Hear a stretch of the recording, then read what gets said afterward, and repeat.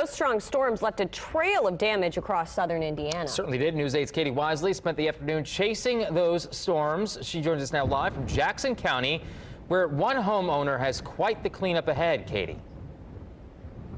Hey, good afternoon, you guys. You can see this wind here is getting pretty heavy here as we're here in Jackson County. We're going to zoom in on some of this damage here. You can see the metal from the roof of one of the barns here on this property in rural Jackson County on the ground. We also want to pan over and show this grain bin that's basically barely even hanging on. That wind is pushing it over. It hasn't completely fallen over at this point, but it looks as though it's on its way. There's also lots and lots of tree limbs on the ground from this wind. Now, we did talk to the homeowner about 30 minutes ago, and he said that this damage is extensive. He also has about a dozen cows in his barn, which we can pan over and show you that brown barn there. He's got about a dozen cows in there. Those cows are having to be transported to his cousin's house because they've lost power in that barn. So he is trying to remove those animals as we speak.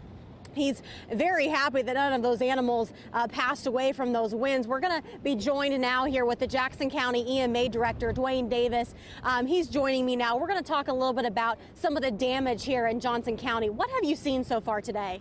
Here in Jackson County, we've seen some significant wind events that came through this. This is an isolated area. We've got a barn and, like, as you mentioned, some grain bin damage. Could be straight line winds. I am going to coordinate with the National Weather Service tomorrow to see if there was some rotation and something that might indicate this was a weak tornado. And these winds have really picked up. Yes, it has. Here in the last half hour or so, they're really beginning to pick up. Another front's coming through, and it's probably going to cool down. So are you prepared for that? And how did you prepare today for this severe weather? We prepared days before because we work with the National Weather Service and we get information on what the potential is. And we did a lot of media briefings and social media, and we sent a lot of information out. We worked with the schools today. Seymour schools held their kids from being dismissed for about 15-20 minutes while the system passed. All right, thanks so much, Dwayne. We appreciate it. For now, we're going to send it back to you in the studio. We are set up to talk to ISP in just a few minutes to get a little more information about what's happened here in Jackson County. We're also going to try to get that homeowner live for you guys at 6 o'clock. Back to you.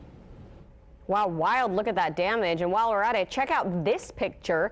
It was taken about 20 miles west of Brownstown near Heltonville in Lawrence County. It looks like a tornado, but there's been no confirmation and no word if it caused any damage.